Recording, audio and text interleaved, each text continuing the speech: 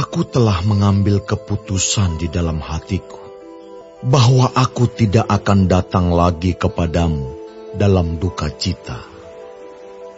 Sebab jika aku mendukakan hatimu, siapa lagi yang dapat membuat aku menjadi gembira selain Dia yang berduka cita karena aku?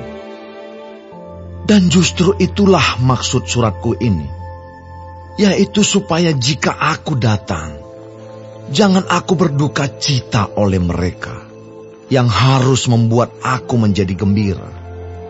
Sebab aku yakin tentang kamu semua, bahwa sukacitaku adalah juga sukacitamu.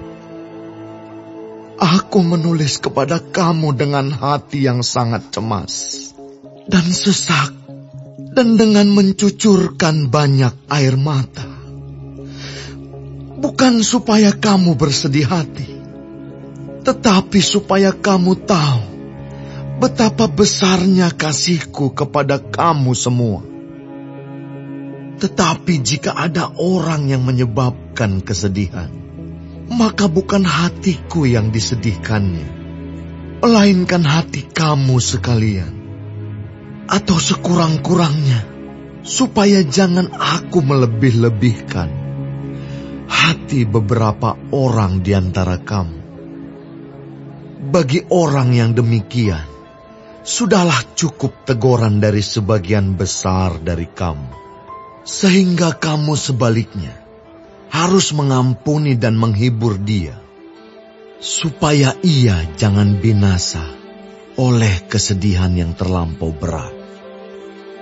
Sebab itu aku menasihatkan kamu, supaya kamu sungguh-sungguh mengasihi dia. Sebab justru itulah maksudnya aku menulis surat kepada kamu, yaitu untuk menguji kamu, apakah kamu taat dalam segala sesuatu. Sebab barang siapa yang kamu ampuni kesalahannya, aku mengampuninya juga. Sebab jika aku mengampuni, seandainya ada yang harus kuampuni, maka hal itu kubuat oleh karena kamu di hadapan Kristus, supaya iblis jangan beroleh keuntungan atas kita, sebab kita tahu apa maksudnya. Ketika aku tiba di Troas untuk memberitakan Injil Kristus, aku dapati bahwa Tuhan telah membuka jalan untuk pekerjaan di sana. Tetapi hatiku tidak merasa tenang, karena aku tidak menjumpai saudaraku Titus. Sebab itu aku minta diri dan berangkat ke Makedonia. Tetapi syukur bagi Allah, yang dalam Kristus selalu membawa kami di jalan kemenangannya. Dengan perantaraan kami, Ia menyebarkan keharuman pengenalan akan Dia di mana-mana. Sebab bagi Allah, kami adalah bau yang harum dari Kristus di tengah-tengah mereka yang diselamatkan dan di antara mereka yang binasa. Bagi yang terakhir, kami adalah bau kematian yang mematikan, dan bagi yang pertama bau kehidupan yang menghidupkan.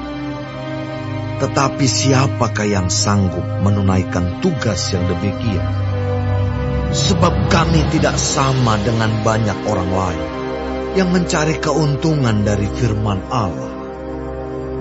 Sebaliknya, dalam Kristus kami berbicara sebagaimana mestinya, dengan maksud-maksud murni, atas perintah Allah dan di hadapan-Nya.